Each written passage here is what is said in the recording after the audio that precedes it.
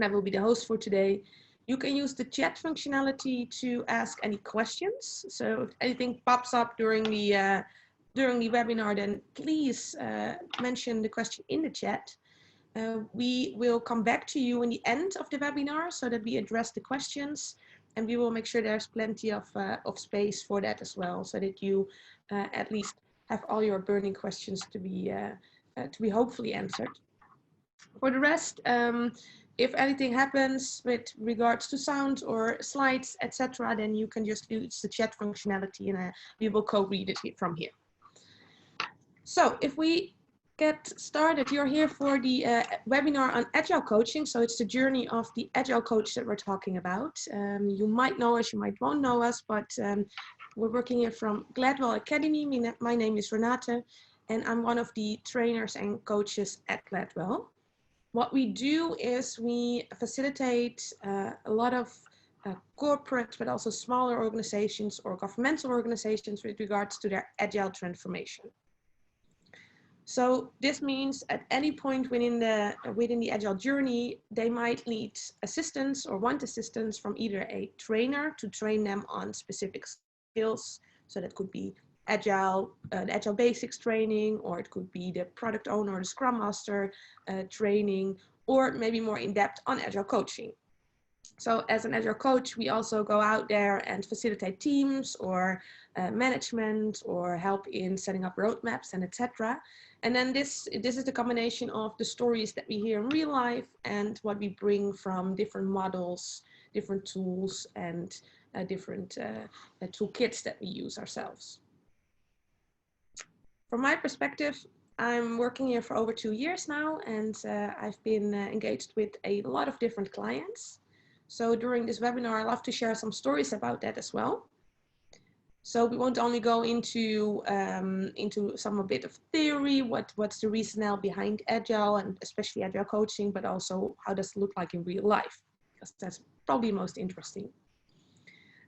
Originally, I'm a psychologist, so that's quite interesting from the perspective of being in a more or less IT environment still. It is slowly changing. We're also working with communication, marketing, with what I mentioned, with governance. But as a psychologist, it's quite an interesting field to be at, and to be talking about motivation, about how do people behave. And especially in times like these, you have to adapt very rapidly and very agile. And we see that this is a skill, and that some organizations want some guidance with this. Before we get started, I just did a brief introduction about myself, but I just love to know from the participants that are online, it's 10 by now, if you have to scale yourself from 1 to 5, then where would you scale yourselves with regards to your experience in Agile environments? So 1 would be not a lot of experience, and a 5 would be, I've seen a lot of organizations, I've been doing this for a while, maybe you're working in a Scrum team or an Agile team. So can you in the chat box scale from 1 to 5 your experience with Agile? I see Rinska saying 1, 5, look, that's quite diverse. 5, 4, 4, 3 to 4, all right, that's in between, yeah. Interesting, another 5, all right. So this already gives me an idea about like the experience that we're having here in the webinar. I see that it's quite high numbers with regards to your Agile experience. So for that sense, I try to address some of the principles that we use and some of the fundamentals, especially since Rinska also said, well, not that much experience yet. And I will especially then go into towards more of the transformation, or what does it bring in the coaching element with regards to Agile, because that's my next question. If you now would say I have to scale myself from 1 to 5 for just coaching, so the plain, most basic, simple form of coaching, where would you scale yourself then?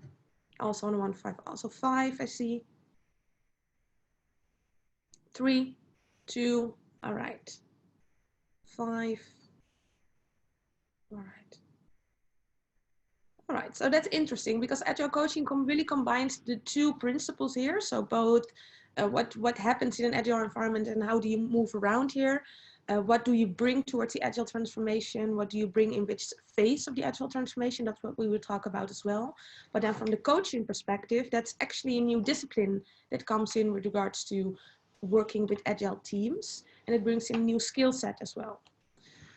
So from my perspective, currently I'm working with the gemeente Rotterdam. So that's in Rotterdam. We're working here. What you see, this is a picture from real life, actually, trying to find out what are all the IT tools and the processes that they're working on with regards to there are several clusters you see on the right, and then which systems do they use. And what's really outstanding for this picture for me is that we just started here. I think it's been 2 weeks having all these post-its on the wall on all the systems that they use, and it's quite complex. And that's what we see the recent years, like we grow the number of systems, but they all have to communicate with each other as well. Especially in these times, we already notice it. We have Zoom, we have Hangout, we have Google Drives, we have WebEx, we have Miro. So it's all these different tools for digital communication, but how do they connect together?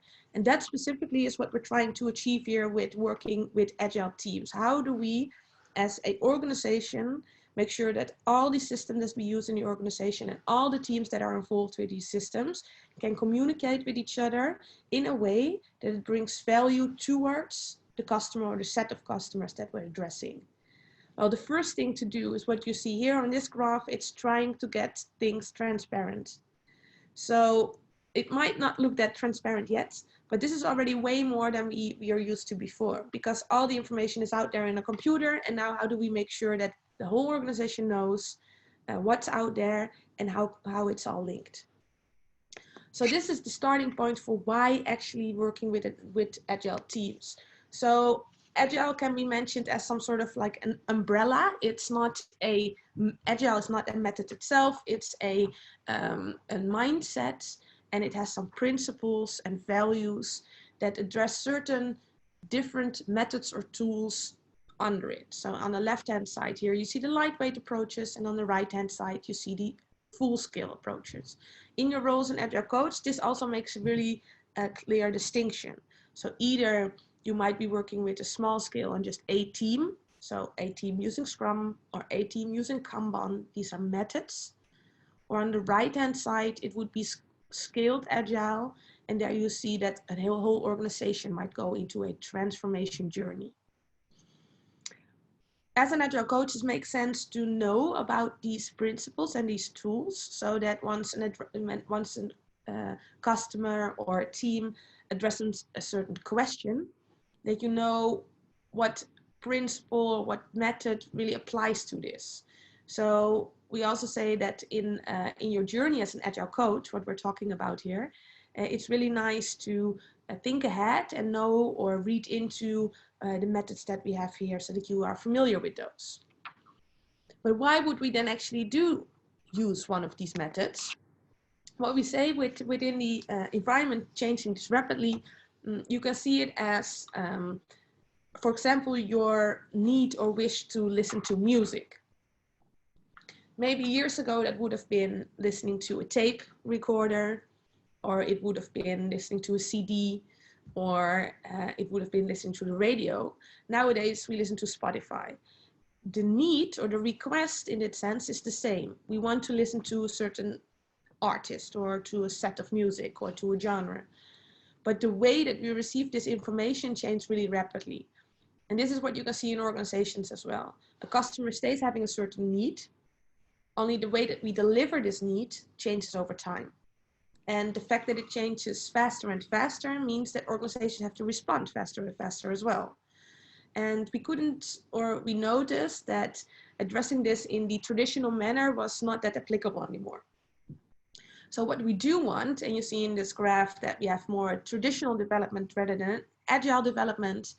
And the red lines, if you follow those, you see that we want our business value to be more stable and going up rapidly. And we can do this, for example, by a Scrum method in which we say we deliver short, small packages of value within 2 weeks. And this is then the guideline for the regular sprint length. So every 2 weeks, there's new value to be delivered to the teams. So an example I have is we've been working with a communication team in a big Dutch insurance company. And what they wanted to deliver was they wanted to have an event, which was for the C-level, so it's more of the higher management, and it should be really inspirational, and it was some sort of the yearly celebration. They said, we now want to approach it very differently, so let's see how we can work in an agile team to set up this event. How do we then make sure that we can follow this line of delivering business value here? Well, what they did is, by the principle of working products in every 2 weeks, they broke the work down into smaller chunks, and they said, well, maybe the first 2 sprints or the first sprint, we will think of different scenario of teams that we can use. So a team for the event, and one of the themes was the human being. Another one was AI. So it's different themes for the event. And now they said, okay, but we want to have value for our customers. So how do we deliver value with that? Well, then they started pushing information about the decided theme towards the OR or towards the employees of the organization and already broadcast it. Well, in a traditional way, we would first of all set out the whole scenario, a whole plan, a whole guideline in a book, handbook, before we even bring some information out there. So this is where you see first value, although it's still in the primarily phase and we don't know everything yet. But this is something that's very known for Scrum or for Agile. Although we don't know what the end goal exactly will be, we already deliver small chunks of work or small chunks of value. What's the benefit of that is that on the second graph, you see that the risk rapidly goes down. And that would be because we already receive feedback faster. So by means of these feedback loops, we gather more information, and with this new information, we can fine-tune and tweak along the way. So our risk rapidly slows down instead of like it prolonging over time. We have to do this by being visible, and this is the iterations I've been talking about. So we see a wavy curve, and it says every 2 to 3 weeks we come together, we show what we've done, and we ask for feedback. Hopefully, by means of this, the last graph on the right here, right bottom, it says we are more adaptable, and this is where Agile comes from. We're more agile, there's more agility. And now, most of you that said a 4 or a 5 with regards to your Agile experience, you recognize this one. It's the Agile Manifesto. And without going over it too detailed, but briefly, like it mentions the items on the left having more value than the items on the right. So people and interaction over processes and tools. So it means that we rather have the people in the same room. Well, this is not happening anymore this time, but at least have them in the same virtual room so that they communicate, because the group comes to better ideas. It's the system thinking.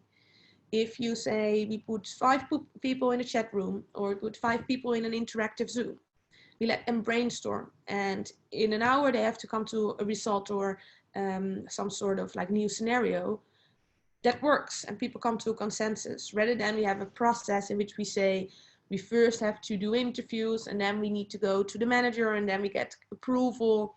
It's prolonging, it's delaying the process. Just now I've been mentioning the working products over the comprehensive documentation. So rather have a small system that works rather than endlessly long documentation about something that we might do in the future. We want to collaborate with our customer instead of only negotiate with them and having contracts, and responding to change over following a plan. We just need to, because as we see, the world can change in a week and we need to be able to respond to it. Doesn't mean there's no plan. There definitely is a plan, but once the world changes, once the need changes, then we adapt the plan. Why this slide still in here? Because first of all, it's really the fundament on Agile, the Agile Manifesto. But secondly, if you notice here, the the left-hand side, so the real Agile values here, are all centered about people and behavior. So people and interaction. it's behavior. Working products, okay, how do we facilitate this working product, and how do we think about smaller slices of work? Collaboration with the customer, people and behavior. Responding to change, the people need to do that. And this especially is where your role as an Agile coach comes around the corner. You see here on the left-hand side that an organization might need help to do this and might need some guidance to make it happen, that they can actually facilitate the people to make the behavior that's on the left-hand side here. There is something that we call like the Agile Law of Three. And as an Agile coach myself, this is more or less my vision around Agile, because we really much believe that all of you, we have 11 attendees now at the moment, and all of you would tell a different story when we ask you what's your vision around Agile. And in any training that we do, or in any setting which we bring Agile coaches together, this would be the first question. What is your personalized vision on agility? Because you would bring in something else than another person. I'm a psychologist, so I would bring more of the people side. Maybe one of you out there is more of coming from IT because you were either a developer before, or you were an analyst or a tester, and now you move towards the role of more an Agile coach. That means you have a different perspective on agility. To shortly mention my perspective, in this law of three, there's this dynamics in a balance within three elements in every organization. So there's the law of the customer. Without a customer, our organization, none of the organizations out there would have a right to existence. So the Agile organization should always have a focus on the value for the customer or the client. This sounds very logical, but just imagine you're starting as an Agile coach with a new team. I always ask the team, can you note down your customer? And then they're like, yeah, sure. We're working here as the information managers of an IT organization. So our customer is the internal employee of the organization. But is it the only one? Well, maybe not. Maybe we also work with our suppliers, and they're somehow sort to link to our customers. Or we always also work for indirectly the end user. And all these listed clients and customers should be in your head, or in the head of the team all the time. Because it's quite important to know, okay, this little slice of work I deliver to this end customer, but maybe in the longer perspective, it's going to somebody outside, or it's going to be way broader than I expected. So listing your customers is the first thing that you should really do as a team, and then plot it somewhere on the wall. Just have it out there so you know it all the time. So value for the customer. Secondly, the second law is the hierarchical teams versus the Scrum or the Agile teams. It mentions Scrum teams here, but it should actually mean Agile teams, because Scrum is just a method of Agile. So the law of self-regulating teams. So first of all, we have a customer. We know who we are delivering our products for, or why are we doing something. Now let's build this product together. And then preferably in a self-regulating system rather than in a hierarchical system. This means that we can have one team, and then it's quite clear. It's one team bringing a product to a set of customers. But just imagine you're scaling, and you're growing from one team to 30, and from 30 to 300, and from 300 to 3,000 and 30,000. And then it all becomes more and more complex. And then we see this happening. The law of the network, or what we call it, a team of teams. And this is where you go to scaled Agile. So we have just a team here, would be a scale up. Scaled Agile, here we see we can work with one of the methods that we saw under the umbrella on the right hand side, for example, the Scaled Agile Framework, SAFe. And we say, now, okay, we organize ourselves in a team of teams, but how do we keep the balance between we're working here in this system, a team of teams, and we need to standardize. We need to optimize. We need to have processes in place, because otherwise one of the teams is going to build their own architecture or their own infrastructure. And then it's going to be all these Frankensteins out there, and there's not going to be a network anymore. And I truly believe in this last law because we still are organized in corporates or in organizations, but maybe in the future, we even go to communities and then we need the network. But you also saw the picture that I showed before with all these post-its on the wall. So with more teams that use more systems, more applications, more tools, it becomes complex to manage. And that's where you come in place as the Agile coach. So keeping into mind, into perspective that we have this law of three, we have a customer, we have a team, and we have now a network, a team of teams. And we need to balance that. We want to invest our time in our customer, but don't have a lot of technical debt because we forgot to invest in the organization itself. But we don't want to be like too much of this like forms organization that we have to fill out these forms and we have to wait and we have delays because we have approval from the managers. So this balance is where you can help in as an Agile coach. So why this picture then? Because there's so much underneath the surface of behavior and attitude and interpretations and what people think and what they believe that you don't physically see above the water. And that's where your role as an Agile coach becomes really important. First of all, being out there, seeing what's happening in an organization, being the person with the perspective, and diving on the water every now and then and tweak. Say, okay, but I see you're behaving and there's a trend. I see that you do something in a certain way. Why do you do that? And look at the bigger perspective. How does it benefit or how does it impact your organization? So there we come back to this slide and we say, yeah, so the values that we have here in this Agile Manifesto on the left-hand side, it's all about behavior and it's all about trying and failing and doing something new. And as an Agile coach, you can stimulate this from happening and you can have your own interventions and you can have your own tools and you can have your own ways of working, which helps the organization moving towards a more agile environment, more focused on these values here on the left and trying to get away from this complex organization that's hard to manage. I'm going to repeat once more. If there are questions, then you can mention them in the chat. But for the rest now, I will not go too much into the Scrum framework, but one of the ways of working would be Scrum.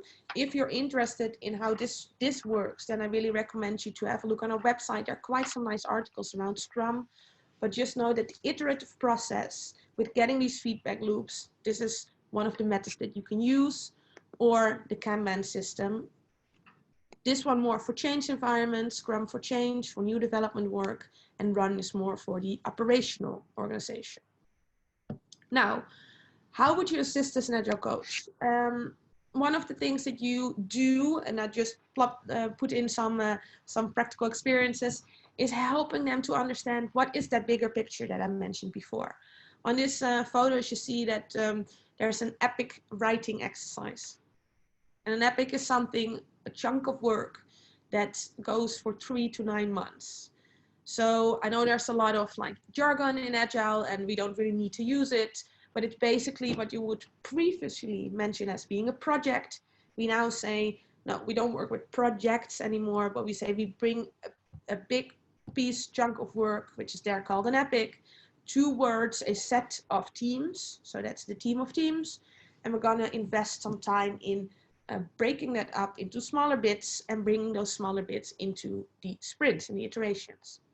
Well, this is something that you could assist in. So it's more of a value proposition. What do we actually want to achieve here? In this exercise, what you see right here, it was the first one is an example. So it's on a KL and an airliner. And we say we want an easy floor plan. So that's the epic right here. So that passengers at the terminal have this easy floor plan as a digital service that helps them to go to the transfer without asking the stewards, so that they don't need to go to a person, but they can be self-assistant, and it's a self-help tool. So something like this could be a chunk of work that we bring towards an Agile team. And this is something that the product owner or the product manager, how we call it in a skilled environment, could need some help in. You might have an idea about, oh, I want a personalized tool out there, and I want it to be easy for travelers to be, or passengers to be at the airport and self-manage. But they don't know how to phrase that so that the team understands either the vision and the rationale why they should work on a certain set of user stories on a lower phase or features that they're working on. So this is just one, the epic writing is just one of the things you might be doing, but there are a lot of competences in your role as an Agile coach.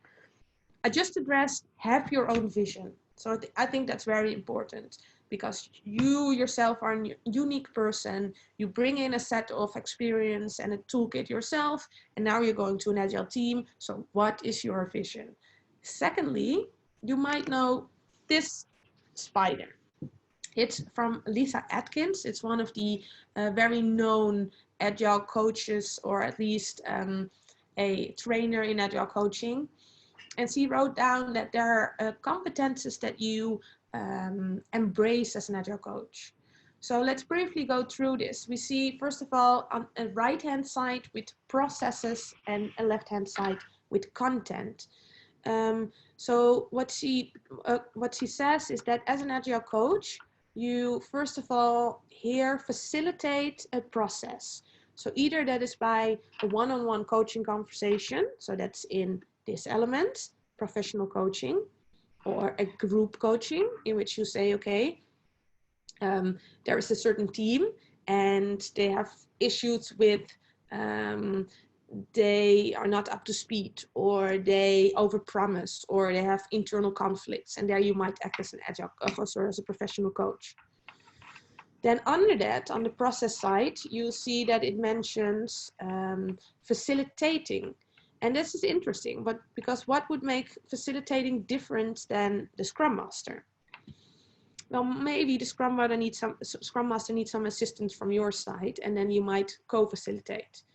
Or you might kickstart a team, and then you're starting the facilitation process as an Agile coach, and then from there on move forward and bring it over to the role of the Scrum Master, so that he can take over this responsibility. Now, if we go to the left-hand side, we see that it mentions content. And content means that it's more of an Agile method content. So here you're really teaching about the responsibilities, about the tasks, about the way of working within an Agile environment. So you might be a trainer. And on the mentoring, so that's this one, it is about actually your experience. So this is where we as Gladwell also say, you really need to know what's happening in the field before you can actually act as in the role as an Agile coach. Because mentoring would be more like, okay, you have an issue with your product owner because your product owner is pushing through too much user stories and you cannot handle it. And he is very dominant in this. And how do you deal with that? Well, then you mentioned from your own experience, all right, just understand that this product owner also has the business on the other side, and he's probably pushed himself. So that's why he's acting this way. And what I did before is, so it's more of an advising role. But on the right-hand side with the process, you let the knowledge and the thought and the answers to be in the hands of the person or the team itself. If you move up, you see the Agile and Lean practitioner. So what you notice when I was talking about teaching and monitoring especially, but also in the process side with coaching and facilitating, it's quite important to know your Agile Lean practices. So that means, for example, our Agile Coach Postgraduate program, which is a 12-day course to become an Agile coach, we say it's preliminary to at least be in the role for a Scrum Master, to have been in an Agile team for at least a year, or maybe have been an Agile coach already for a year, because you cannot execute this role without having some experience yourself. And up there, it's a whole bucket, and you can feel it endlessly with new tools, with new methods, with new best practices, and that we're learning ourselves as well. So every method that's out there continuously evolves and iterates as well. On the bottom side, you see 3 different kind of masteries. And I mentioned before, have your vision on Agile coaching, have your vision on Agile. This is most likely where it comes from. So if you're coming from a more technical background, you might have the technical mastery. That means that you know the coding, you know the ins and outs of how it is to be behaving in an Agile team as a business analyst, or how it is to behave in an Agile team as a developer. So then you are also some sort of the expert every now and then, and you can move around in the technical language and you can talk with the Agile team. But it's not a primary. You can also be coming from the business mastery. So then you're more coming from the business versus from the IT. And there you bring in this business perspective, so the client or the customer perspective, into the Agile team as an Agile coach. Then the third one is actually where I would come from, the transformation mastery, because of my background being more on supporting or guiding transformation. My bucket would be a little bit more full of this stance, would be fuller filled with some knowledge about how do we motivate people, how do we embrace or bring on board business or management, how do we kickstart or launch an Agile transformation. And this is then the perspective that you bring in, but it's also really good to notice or to know where the other person comes from. Because you can imagine, if you're sitting around the table with, you want to have a new assignment and you are going to some sort of like in a conversation with a manager, and he talks the technical language, and you are there from your transformation mastery, then it would definitely make sense to either start communicating from the same perspective, or to address that you're coming from a different perspective and a different stance, and that you bring in knowledge from a different domain. So if we look at what your role as an Agile coach should be at, then it's a lot about the professional coaching on the process side. This is what we will dive into a little bit, but just to give you an insight in what our 12-day Agile Coach program would look like, we would go through all these stances in detail. So we would go through a full day of what it's actually of what it would be to be a professional coach, and how do you help these coach conversations, and what can you encounter? What are the war stories? What are the anti-patterns? Same for facilitation. How do you run this? How do you make sure that you amplify the role of the Scrum Master instead of going to step on his shoulders and push him down? Same for teaching, same for mentoring. But first, let's briefly touch upon professional coaching for now. One of the mentioned thing is facilitation of ceremonies. So what you see here is that there are all different tools out there as well. So this is also a good thing to mention. As an Agile coach, you have plenty of tools, not only the post-its, but also quite some digital tooling that is out there that can really guide and facilitate you, especially in these virtual times. But professional coaching, the definition of coaching as given by the ICF, that's the International Coaching Federation.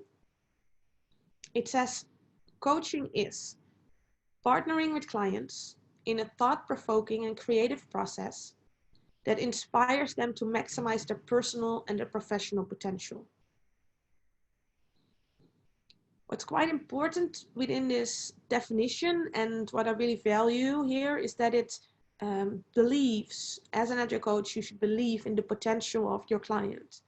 So you are thought-provoking, well, and in a creative way that maximizes the personal and professional potential of your client. So in any coach conversation, you are the one that's just sitting there, believing in the other person, let the other person tell his story, and just by being thought-provoking, you steer or you guide or you go towards the end goal that your client wants to go at. So it's not your celebration or your party, but it's actually the client's party. And this is interesting as an Agile coach, because you have your own interpretation, you have your own goals and your own assumption. But for the professional coaching element, we say, okay, it's partnering with your client. ICF has 11 core competences, as they call it.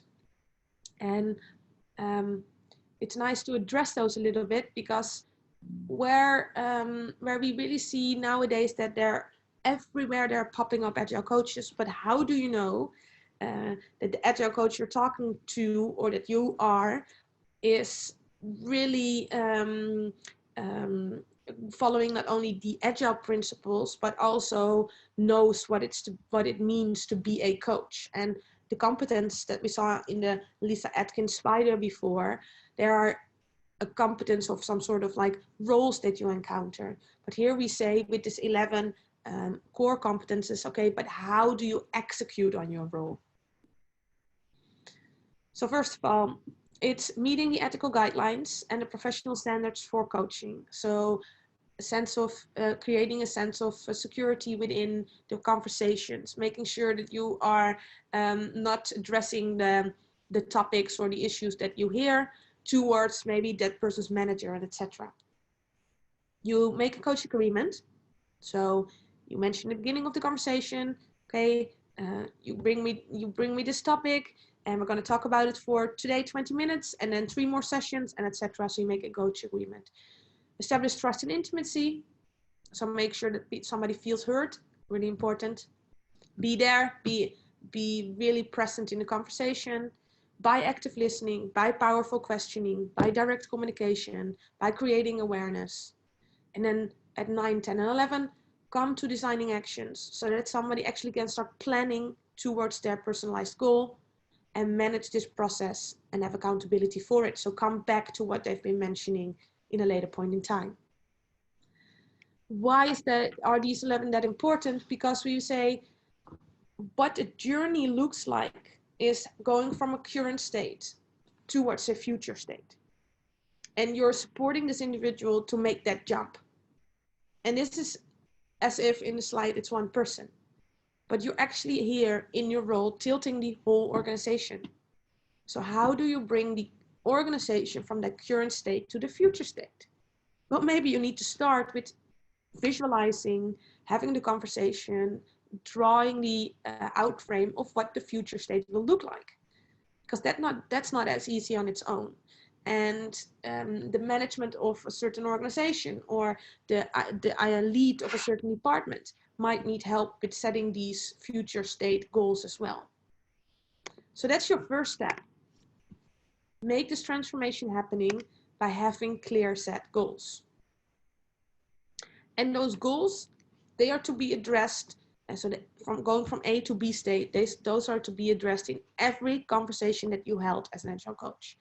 So going from A to B means opening, exploring what's out there. You're now here, it's a question mark. You want to go somewhere, that's point B. And what are your scenarios to go there? Then in the exploring phase, you're going to deep dive into one of these scenarios. So you're going to maybe have some workshops. You're going to do some sessions with the team. You're going to sit down with your team lead. You're going to sit down with that management member, team member, and you're going to have conversations around, okay, exploring, how can we move around this? What can we do? And then closing and coming towards your B point. And in this line, B looks like to be in a linear line, but maybe it's not. Maybe it's just going all over the place, and then finally you're at this unexpected point. But the most important is, if you have been checking with your customers that this is the point you want, the B point you want to reach, then it should be fine. So in your daily life as an agile coach, you now saw that you have different competences that you use. You are in the process and related towards the process and related towards the content. You help somebody in a transformation, and you do this by 3 different roles. And this is again a source of Lisa Atkins. I, by the way, highly recommend her book. It's Agile Coaching, Coaching Agile Teams, sorry, by Lisa Atkins. You see her name on the bottom of the screen here. It's a really good read, and this article, by the way, is as well. And here she mentions, like, okay, either you're acting as a team or an individual or team coach, which means you have a one-on-one conversation with a team member, with a product owner, with a Scrum Master, with a team lead, you name it. Or you are involved with group dynamics and with the team process. One layer out there is where we said we scale now. So we go to the program. What do we want to achieve as a program? And there you are in your role as an Agile coach, maybe steering towards what is our set of customers? What is our value stream? Maybe you steer towards what is the product that we want to deliver? What are the epics we're talking about here? And then on the larger scale, where you say maybe enterprise coaching, this is where we say you're the coach for the whole organization itself, tilting and bringing further or growing that agile mindset. For such an organization or for even a team, it can be a starting point again to have something like a vision workshop. So what you see here is, this is just 2 weeks ago, we had a session in which we said for a team, what do we actually want to achieve as a team together? And for the non-Dutch people, you can read it, but what it mentioned is a certain something like, this is what we're currently at as the team. And it says we are like a subset of groups within a team. And there was 12 people and they thought they were with 3 sub-teams. While on the right-hand side, what we actually want to be is a fully responsible supporting organization for a certain set of functionality or applications. So this is very clearly the A to B point. Currently we're this team, but we would really want to be that team. And how do we come there? What do we need in order to achieve that future state? Now, if you go to these roles of Lisa Atkins, then at Gladwell, together with our consulting partner, Blink Lane Consulting, we looked into what we noticed that is happening within large organizations. So this is really large-scale agile transformations. And we see some sort of the trends that we saw before that Lisa Atkins mentioned as the roles of an agile coach. What you see here in the bottom of the figure is that we have phase 1, in which we work with agile teams. As an agile coach, what would you do? You would bring in a Scrum process. You would bring in a Kanban process and facilitate this process. You grow the autonomy of the team in which they can move around as being a fully self-organizing agile team. Then there's a new Go Agile decision. We say, okay, phase 2, now can we look at the departments and how the collaboration between teams is working? So if we tie this all together, this is going from my law of 3, the law of the customer, towards the law of the teams, and maybe towards the law of the network. What's happening in the second phase, the departments having a collaboration teams, we need to communicate better. We need to hold plenary sessions in which the teams talk about what are our dependencies. Then how do we execute towards our end users?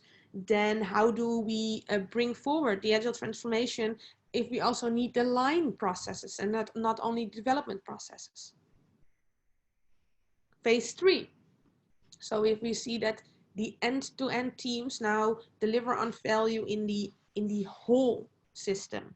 So end-to-end value means that we don't only collaborate within a subset of teams, but that subset of teams can bring a full package of software or product towards a product line, a product stream, and that's what we sometimes call a value stream. And then there's a jump to make. And we saw this little man jumping before, going from A to B. But this is where we found out that it becomes problematic if you want to go to, or complex, let's say like that, when you come to go to phase 4. Because now we have set in place our agile teams. We have them collaborating. We have end-to-end value in our value streams.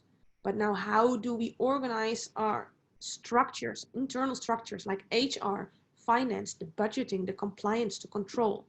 How do we organize them around this agile way of working?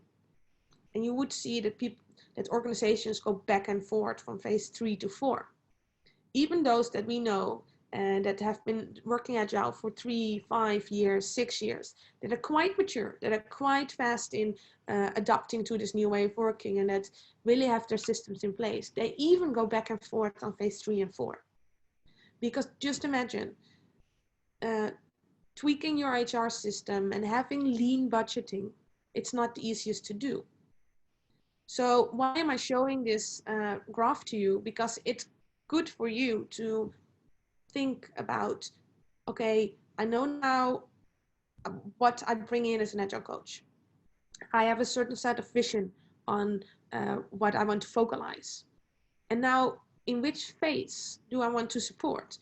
Am I somebody that really works with teams and that maybe delivers work in phase 1 and then supports the Agile teams there? Or am I more somebody that works with like end-to-end value, end-to-end teams, and do I want to be working on a larger scale? Or am I the Agile coach that is more like an enterprise coach and that wants to dive into organizational structures and how to make them adopting the Agile transformation, how to tilt the whole organization? All right, we're almost approaching the end of the webinar, and I see some questions that I'm going to address in a bit. What I quickly wanted to show you is that everything that we mentioned here is to be deep dived in our postgraduate program. So we now have a webinar of only 40 minutes, which is a very short amount of time. But if you're interested, look into what we facilitate here in our postgraduate, in which we go to all these stances that you saw in the Lisa Atkins framework. When we really go on day 9, so from the 12 days, we really go into what does it mean to facilitate the Agile transformation. And we have this postgraduate program running for several times now. Throughout these 11 days, you gain a lot of knowledge, but also a lot of war stories. And by the end, we will actually go towards a real client of ours with you guys, if you are interested, and go towards a real customer question and here address what we did here with this customer was do a value stream mapping course, and the Agile coaches did it themselves. So all these things that we saw in these stances and all the theory that we have seen before, there is a lot of information out there. I really recommend you to start reading, especially in the times like these in which you might have more headspace and more time to read books. There's a lot of information, and it's really good to broaden your horizon and go into these stances and deep dive into what's your position in this whole journey. All right, that was it from our perspective. So we're going over to what you've been addressing in the chat. So let's see. First of all, Monica, I'm just going to read out your question. You asked, is it really important to have domain knowledge for being an Agile coach? And then I assume you're talking about this one, the domain knowledge here in the bottom, because you say, I've worked in various domains and I've never felt it's really necessary. When I read your question, I see that you have worked in various domains, and thereby you have the domain knowledge. So if you ask, is it really important to have domain knowledge?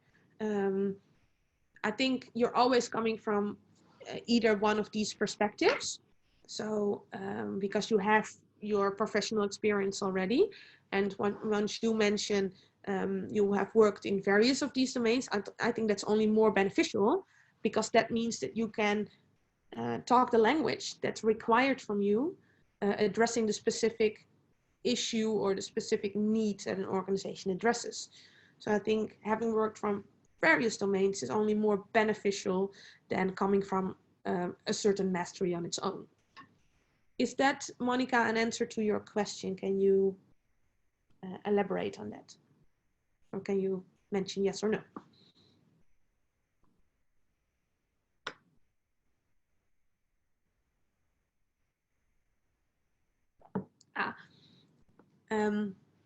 You say yes, sort of. So if there's an add-on, please type the additional question while I go to the next one, and then we'll come back to it. The following question is there any advantage for a person having a, same sort of question. Is there any advantage for a person having a certain kind of mastery? Meaning, is someone with transformation mastery background more advantage, say, in comparison to technical or vice versa? I don't think so. But what I do state is that since you adapt in the conversation while talking about your assignment, you adapt to the other party, then you know where you're coming from and you know where the other person is coming from. But I always say, find a group of people. So in Agile, we sometimes call this a LACE, a Lean Agile Center of Excellence. So especially when you're taking on like more voluminous assignments, you need your co-partners. And if you're coming really from the transformational mastery, which I do, then I always try to find a partner in technical mastery and in business mastery. So we cover the whole frame. And it's either another Agile coach, it is one of the one of my clients actually that come from the technical mastery or business mastery, or it's one of the team members. But just to make sure that we address everybody and that everybody understands what we're doing here by means of the story and the vision that we're focalizing. So if you ask me personally, what I do is I know my mastery and I try to find my group of people. So maybe in the Lean Agile Center of Excellence or in a community of practice that bring in the other stances.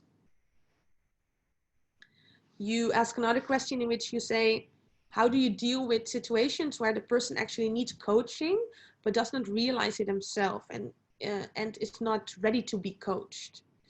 Yeah. This is a very interesting one that you ask here, because that happens quite often. I think it depends. If you go to ICF, and that's just the core, the fundament of coaching. It's not Agile coaching, it's ICF, it's International Coaching Federation. There we say, if somebody doesn't want to be coached or is not ready, it's up to that person, because there's the full potential and the full responsibility within the person himself. Then let it be and wait until that person comes to you. So that's ICF. But now we're talking about Agile coaching. So somewhere we have somebody that gave us this assignment and that wants something from us because he has an end goal, he has a B point, and maybe that's a team lead, and he says, okay, but I know that this team member is not fully functioning, and he has some resistance with regards to working in an agile way because he's been here for 30 years, and why should he or she work in a different manner?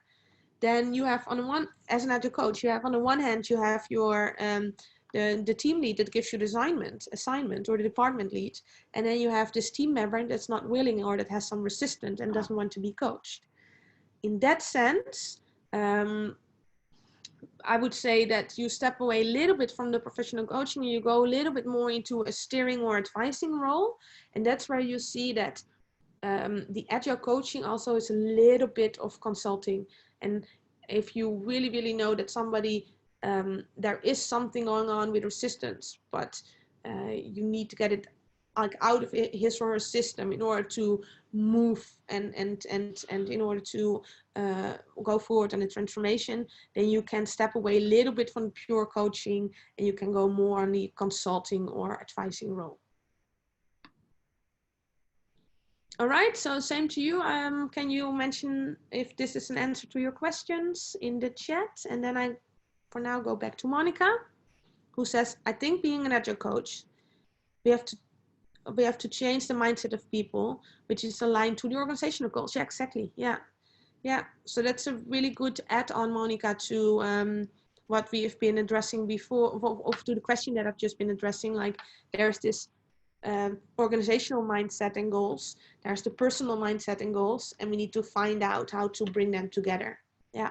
And in your role as an Agile coach, you facilitate the process of bringing them together. And it's a lot about communication, obviously, that's in your role as an Agile coach, but also about how do you bring across the story, because Agile on its own will never be the goal. And I've seen that happening quite often, even with the team I've been mentioning. You saw the slide that had the current team state and the future team state. They only kept on pushing, like, why do we need to do this in an Agile manner? And at one point, yeah, I just said, let's big cross through Agile. Let's first see what's happening here within the team. And that's what Monica here is stating, like, okay, change people's mindset and align them with the business goals, because the business has a certain perspective towards the customer. And now how do the people on the team align with these goals in this set, in the team and towards this set of customers? If there are no further questions, then this is going to be it for the webinar. So take 1 minute to any potential add-on questions that you might have. And if not so, I thank you very much for joining. I see that we still have 10 people with us for now, so that's really nice. I hope you enjoyed it. If you have any questions further on, you can always go to gladwellacademy.com or send us an email via info@gladwellacademy.com. And we also want to mention that we have quite some nice white papers around Agile coaching on the website. So please use our information and a lot knowledge base with regards to this. And even so, we have a really nice conference coming up due to Corona. It's been postponed a little bit, but the 24th of June, we have speakers from Booking, from Shell. We have speakers from Schiphol Group sharing their conversations about what it is to be in a journey of an Agile coach. So if you're interested in this, have a look on our website, the Agile Coach Conference on the 21st of June. And otherwise, I wish you a very nice day. It's sunny out there, so do a little walk and have a good one. Thank you.